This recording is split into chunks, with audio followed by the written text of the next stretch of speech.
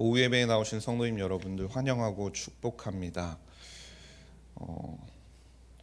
얼마 전까지만 하더라도요, 이맘때쯤 길거리를 돌아다니면 길거리에서도 캐롤을 많이 들을 수 있었던 것 같습니다. 그런데 어제 문득 저녁에 길을 걷는데 올해 들어서 정말 오랜만에 눈이 펑펑 오는 날이었던 것 같습니다.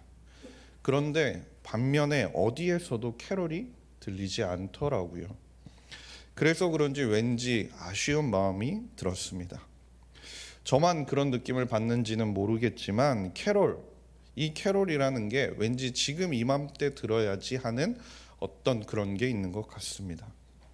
캐롤은 단적인 예로 들자면 봄에 들으면 절대 안 되는 것 같아요. 이게 법으로 금지되어 있는 건 아니죠. 캐롤을 듣지 말라고요. 그런데 캐롤을 봄이나 여름에 우리가 듣는다라고 한번 생각을 해보시면 그 느낌이 날까요? 지금과 같은 그 설렘이 느껴질까요? 아마 봄이나 여름에 캐롤을 듣게 되면 전혀 감흥도 없고 어떤 마음도 생기지 않을 것 같습니다. 무슨 뜻이냐면 캐롤이라는 게 이맘때 들어야 우리의 마음을 들뜨게 하고 뭔가 설레게 만들고 뭔가 알지 못하는 그 기다리는 그 마음을 만들어준다라는 것이죠. 어쩌면 각자 기대하는 바가 다르기도 하겠지만 일주일만 더 지나면 크리스마스 이브와 성탄절이 다가오기 때문에 이맘때 우리가 캐롤을 들으면서 그 설레이는 마음을 갖게 되는 것 같습니다. 아이들은 선물을 기대하고 그리고 어른들은 각자 다양한 이유들을 가지고 이 성탄절을 기다리는 그 마음을 가지고 있다라는 것이죠. 성도님 여러분들께서는 어떤 마음을 가지고 지금 성탄절을 기다리고 계십니까? 어떤 기분으로 어떤 기대감을 가지고 성탄절을 맞이하고 계신가요? 성도님 여러분들께는 그 성탄절이 다가온다는 것이 정말 기쁘고 복된 소식이 되고 계시나요? 우리가 누구나 그렇지만 설렘과 기대가 가득한 성탄절이지만 그와는 반대로 성탄절이 다가오는 것을 꺼려하고 제대로 맞이하지 못하는 사람들도 존재하는 것 같습니다. 오늘 본문에서도 살펴보면 그런 사람들이 몇 명 나오는데요. 그 중에 첫 번째 인물이 바로 헤롯 왕이었습니다. 그는 당시 유대 땅을 통치하고 있던 사람이었습니다. 그리고 그는 메시아가 유대 땅에 탄생하셨다는 소식을 분명하고 확실하게 듣게 되죠. 1절과 2절 말씀인데요. 우리 1절과 2절 말씀을 다시 한번 함께 읽도록 하겠습니다. 시작. 헤롯 왕 때 예수께서 유대 베들레헴에서 나심에 동방으로부터 박사들이 예루살렘에 이르러 말하되 유대인의 왕으로 나신 이가 어디 계시냐? 우리가 동방에서 그의 별을 보고 그에게 경배하러 왔노라 하니. 아멘. 여기서 지금 동방 박사들이 말하는 유대인의 왕은 그냥 단순한 보통의 그런 왕이 아니었습니다. 구약 성경에서부터 약속된 메시아를 가리키는 것이죠. 그분은 죄와 사망에서 우리를 구원하시고 우리의 삶의 모든 해답이 되어주시는 분이 바로 그 메시아, 그 주님이시라는 겁니다. 이 주님에 대한 복된 소식을 가지고 동방에서부터 박사들이 찾아와 그 나라의 최고 책임자를 마주하면서 말하는 겁니다. 만왕의 왕이 오셨다는데 그분이 지금 어디에서 탄생하셨습니까? 라고 말이죠. 헤롯도 그 이야기를 처음 들었을 때 그분이 그 유대인의 왕으로 나신 분이 그 메시아가 자신이 경배해야 할 분이라는 사실을 알았던 것 같습니다. 그래서 7절과 8절 말씀을 보면 헤롯의 반응이 이렇게 나옵니다. 이에 헤롯이 가만히 박사들을 불러 별이 나타난 때를 자세히 묻고 베들레헴으로 보내며 이르되 가서 아기에 대하여 자세히 알아보고 찾거든 내게 구하여 나도 가서 그에게 경배하게 하라. 분명 그의 대답은 나로 가서 그에게 경배하게 하라라는 말이었습니다. 그는 그 아기가 경배해야 할 분이라는 사실을 알고 있었습니다. 그런데 정말 그렇게 하고자 하는 생각은 없었던 것 같죠. 어느새 그의 마음 가운데는 다른 음모가 자라고 있었던 것 같습니다. 어쩌면 그의 마음 가운데 내가 왕인데, 내가 유대를 다스리고 있는데 라는 생각을 가지고 불쾌했을지도 모르고 불안해했을지도 모르겠습니다. 우리가 그처럼 그의 마음 가운데 불안함과 불쾌감과 어떤 마음이 싹트고 있었다라는 것을 어떻게 알 수 있을까요? 그건 그가 그 이후에 보였던 행동 때문인데요. 16절 말씀을 보시면 이렇게 말씀합니다. 이에 헤롯이 박사들에게 속은 줄 알고 심히 노하여 사람을 보내어 베들레헴과 그 모든 지경 안에 있는 사내 아이를 박사들에게 자세히 알아본 그때를 기준하여 2살로부터 그 아래로 다 죽이니. 지금 헤롯이 보인 반응, 헤롯이 보인 행동이 무엇이었습니까? 그는 예수님, 그 메시아를 찾아가서 경배하는 모습을 보이지 않았습니다. 그는 자신이 경배해야 할 분이라는 것을 알았음에도 불구하고 그가 보인 모습은 무엇입니까? 살육의 칼을 가지고 그 성탄을 맞이한 것이었습니다. 그가 왜 그런 모습을 보였을까요? 헤롯에게 있어서 그런 모습을 보일 수밖에 없도록 만든 그 마음 가운데 무엇이 있었기 때문일까요? 어쩌면 그 헤롯에게 있어서는 예수님 때문에 자신이 손해본다고 생각했기 때문인지도 모르겠습니다. 자신이 지금 가지고 있는 위치가, 자신의 권력과 지위와 물질이, 자신이 가지고 있는 모든 것들이 예수님의 탄생으로 인하여 손해보고 있다라고 생각했던 것 같습니다. 그리고 이런 헤롯 왕과 같은 모습은 지금 우리 주변에서도 흔히 찾아볼 수 있는 것 같은데요. 우리 주변에 정말 많은 사람들이 있지만 많은 사람들이 교회에 나오기를 꺼려하는 이유 중에 가장 큰 이유가 어떤 것일까요? 헤롯 왕처럼 예수님을 구주로 영접하지도 않고 그분을 경배하지도 않고 섬기지도 않는 이유가 어디에 있다라고 생각하십니까? 많은 이유가 있겠지만 그것 가운데 한 가지는 교회에 나가는 것이 시간 낭비, 물질 낭비, 인생의 낭비라고 생각하기 때문입니다. 자신의 삶에 있어서 교회에서 보내는 시간이, 하나님 앞에 나와 예배하는 시간이, 그리고 하나님을 통해 그 하나님의 부르심을 통해 교회에서 섬기고 봉사하고 하나님을 위해 살아가는 그 시간들이 자신의 삶에 있어서 손해보는 순간들이라고 판단을 하기 때문이라는 것입니다. 이처럼 헤롯의 이기심과 똑같은 이런 마음 때문에 오늘도 많은 사람들이 그리스도를 맞이하지 못하고 있는 것이죠. 말씀을 보면 예수님을 찾아왔던 우리가 부자 청년의 이야기도 잘 아시잖아요. 그는 영생에 대한 굶주림이 있었습니다. 구원받는다는 것이 무엇인가? 하나님을 믿는다는 것이 무엇인가? 죽는 다음에 무엇이 우리를 기다리고 있는가라는 그런 궁금증이 그의 마음 가운데는 가득 채워져 있었습니다. 그리고 그 궁금증을 풀기 위해 그가 예수님 앞에 나아오죠. 그리고 그가 예수님 앞에 나와서 어떻게 질문합니까?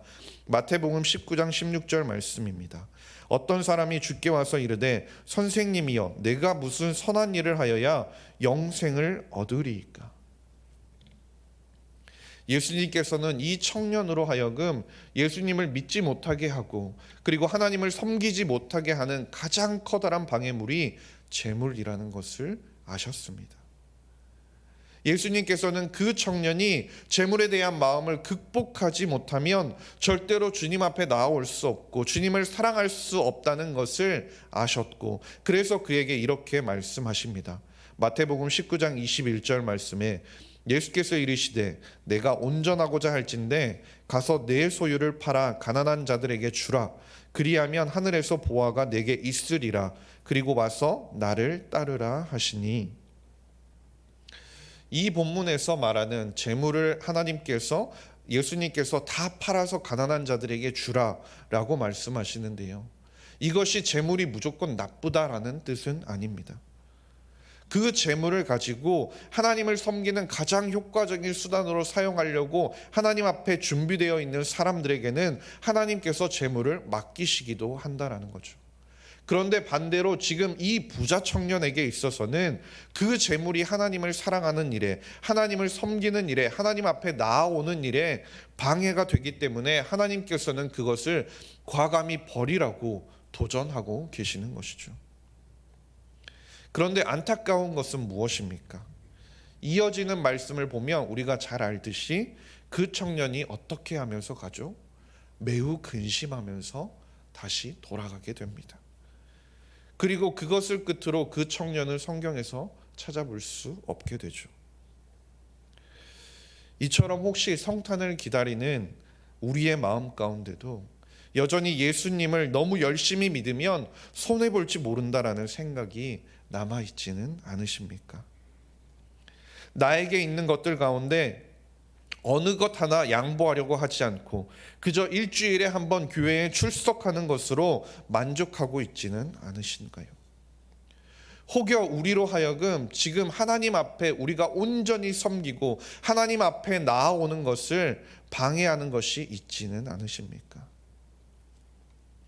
우리로 하여금 헤롯과 같이 성탄의 기쁨을 잃어버리고 이기심에 사로잡혀서 진정한 기쁨을 누리지 못하게 하는 것이 혹시 우리의 마음 가운데, 우리의 주위에, 우리와 하나님 사이에 그것들이 존재하고 있지는 않은지 우리가 돌아볼 수 있는 시간이 될 수 있기를 간절히 소망합니다. 이처럼 하나님 성탄을 제대로 기다리지 못했던 두 번째 인물이 나오는데요. 그 두 번째 인물은 서기관들입니다. 오늘 본문에 나오는 서기관들은 당대의 대표적인 종교 지도자들이었는데요.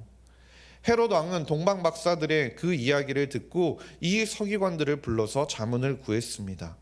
4절 말씀에 왕이 모든 대제사장과 백성의 서기관들을 모아 그리스도가 어디서 나겠느냐 물으니 헤롯 왕의 그 질문에 서기관들은 어떻게 대답을 합니까? 구약 성경인 미가서 5장 2절 말씀을 가지고 그에게 대답을 해줍니다. 그들은 구약 성경을 통해서 예수님의 탄생 장소를 분명하게 알고 있었습니다. 이 얼마나 성경을 잘 알고 있는 사람들입니까? 그들이 성경을 다른 사람들보다 얼마나 잘 알고 있다는 것이 이 말씀을 통해 보여집니까? 그런데 아이러니하게도 예수님의 탄생을 축하하러 온 사람들을 살펴보면 그 가운데 서기관들은 보이지 않았다라는 것입니다. 왜냐하면 그들은 아는 것에만 그쳤기 때문이죠. 서기관들은 예수님의 탄생 장소를 알았지만 그 베들레헴까지 찾아갈 수 있는 발이 없었던 것 같습니다. 아기 예수 앞에 경배하며 그들을 내어놓을 수 있는 손이 없었다라는 것이죠. 그 앞에 손도 없고 발도 없이 머리만 있는 단순한 지시, 이것이 그 서기관들의 비극이었다라는 겁니다. 이것과 비슷한 말씀을 우리가 야고보서 2장 19절에서도 볼 수 있는데요. 야고보서 2장 19절 말씀에 이렇게 말씀합니다. 내가 하나님은 한 분이신 줄을 믿느냐 잘하는도다. 귀신들도 믿고 떠느니라. 이 말씀이 무슨 말씀이냐면요. 하나님이 우리를 사랑하셔서 예수 그리스도를 보내주신 것, 그리고 예수 그리스도께서 인류의 죄를 담당하기 위해서 십자가에 달려 우리를 대신해 돌아가셨다는 그 사실, 이 모든 것을 귀신들도 알고 있고 귀신들도 믿는다라고 말씀하는 겁니다. 그런데 그들이 보이는 것이 무엇입니까? 그들은 하나님 앞에 절대 굴복하지 않습니다. 모든 것을 내려놓고 회개하지도 않죠. 자복하지도 않고 하나님께 항복하지도 않는다라는 겁니다. 그렇게 믿는다는 것은, 그런 믿음은 그저 지식에 불과한 믿음일 뿐이라는 겁니다. 바꿔 말하면 하나님이 나의 창조주이시고 하나님 앞에 나는 죄인입니다라는 고백이 없이 믿는 그 사람들은 알기는 하지만 예배가 없고 고백이 없고 봉사와 섬김이 없는 사람들을 향해서 야고보 사도가 어떻게 이야기하냐면 잘한다. 그런 믿음은 귀신들도 갖고 있다라고 이야기하고 있는 것이죠. 그러면서 야고보서 2장 26절에 뭐라고 말씀합니까? 영혼 없는 몸이 죽은 것 같이 행함이 없는 믿음은 죽은 것이라고 말씀하고 있는 것이죠. 안다는 것, 그것은 매우 중요합니다. 우리가 행동에 옮기기 위해서 알미 먼저 선행돼야 하는 것은 반드시 필요한 것입니다. 그러나 자신이 아는 성경의 지식과 그런 관점들을 자신의 삶 속에 적용할 마음이 우리에게 없다면 그 신앙은 돌아볼 필요가 있다라는 것이죠. 어쩌면 전혀 의미 없는 헛것일 수도 있고요. 우리는 왜 말씀 앞에 매일매일 서고자 하십니까? 왜 매주 우리가 교회에 나와서 설교를 듣고 계십니까? 살아계신 하나님을 만나기 위해서인가요? 내가 어떤 사람인지를 내가 매 순간 깨닫고 그리고 나서 정말 그 진리의 말씀 앞에 하나님께 순종하기로 작정하며 서 계십니까? 그 시대 어느 누구보다 예수님께서 오심을, 그리고 메시아가 탄생하셨음을, 그리고 메시아가 탄생하는 곳이 어디임을 잘 알고 있었지만 결국 예수님을 만나지 못했던 당시 서기관들의 그 비극을 우리가 기억할 수 있기를 바랍니다. 이런 상황을 일컬어 요한복음 1장 12절에서는 이렇게 말씀하는데요. 자기 땅에 오매 자기 백성이 영접하지 아니하였으나 라고 말씀하는데요. 예수님께서 자신이 만든 이 땅 가운데 오셨으나 사람들은 그분을 맞아들이지 않았습니다. 그러나 이어지는 말씀을 보면 12절에 이렇게 말씀합니다. 우리 12절 말씀을 함께 읽도록 하겠습니다. 시작. 영접하는 자 곧 그 이름을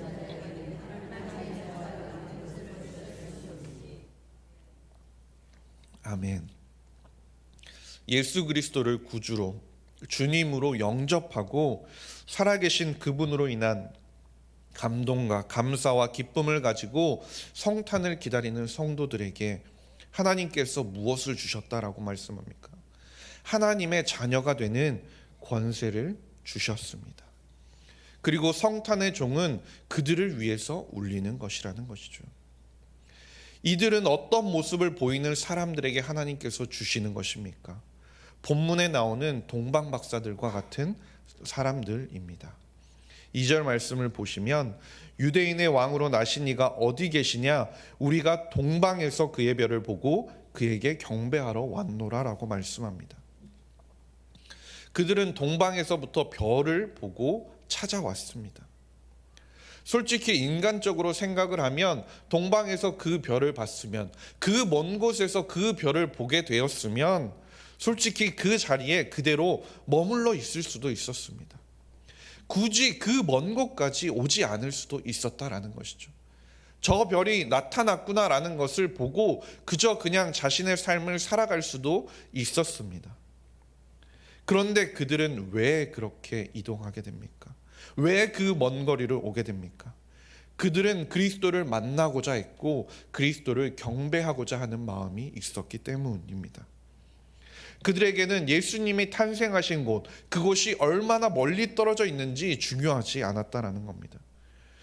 그들이 고향을 떠나 예루살렘까지 예수 그리스도를 보기 위해서 찾아온 그 여정을 절대 과소평가해서는 안 되는 겁니다. 그들은 메시아를 만나기 위해서 수많은 희생과 고난을 경험해야 했습니다. 또한 그들이라고 가족을 두고 그 먼 거리를 오면서 그 가정이, 그 삶이 걱정이 되지 않았겠습니까? 그러나 그들에게는 그 모든 것보다 중요한 것이 있었다라는 것이죠. 예수 그리스도를 만나 경배하는 것이 그들에게는 어떤 것보다 중요했기 때문에 그 모든 것들을 감수하고 하나님 앞에, 예수 그리스도 앞에 동방에서부터 나아왔다라는 사실입니다. 그리고 마침내 그들은 예수님을 보게 되는데요. 11절 말씀입니다. 집에 들어가 아기와 그의 어머니 마리아가 함께 있는 것을 보고 엎드려 아기께 경배하고 보배압을 열어 황금과 유향과 몰약을 예물로 드리니라. 베들레헴까지 그 먼 거리를 그 고생을 하면서 찾아와서 그곳에 누워있는 아기를 바라보았을 때 그 동방박사들의 마음 가운데 감회가 어땠을 것 같으십니까?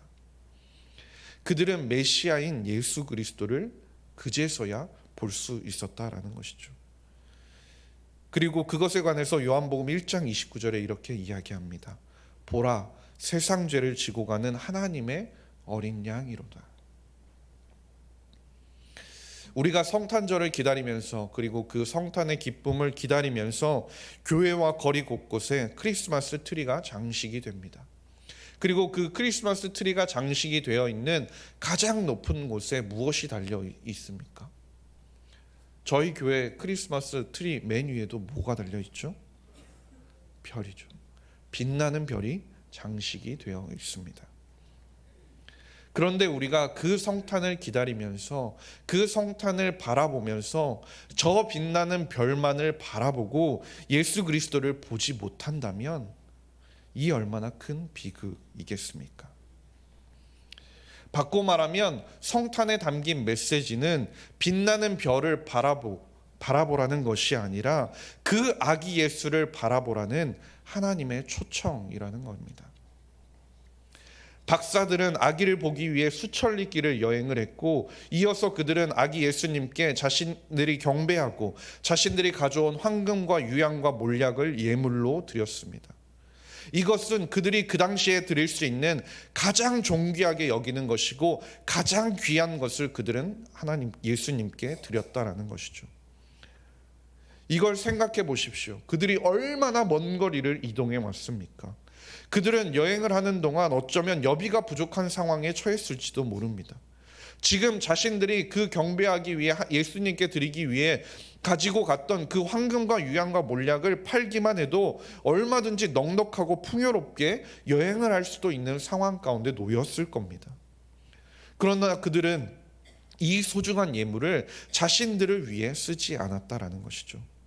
가장 존귀한 것을 오직 예수님께 드리기 위해서 그것을 가지고 예수님 앞에 나아왔다라는 겁니다. 어쩌면 성탄의 진정한 의미, 그리고 그 성탄을 기다리는 진정한 의미가 여기에 담겨 있는 듯 보입니다. 나를 위해서 십자가의 피를 흘리시고 그것을 위해 이 땅에 오시고 그리고 우리에게 있어서 영생의 의미를 깨닫게 하신 그 예수 그리스도를 다시 한번 바라보길 원하신다라는 것이죠.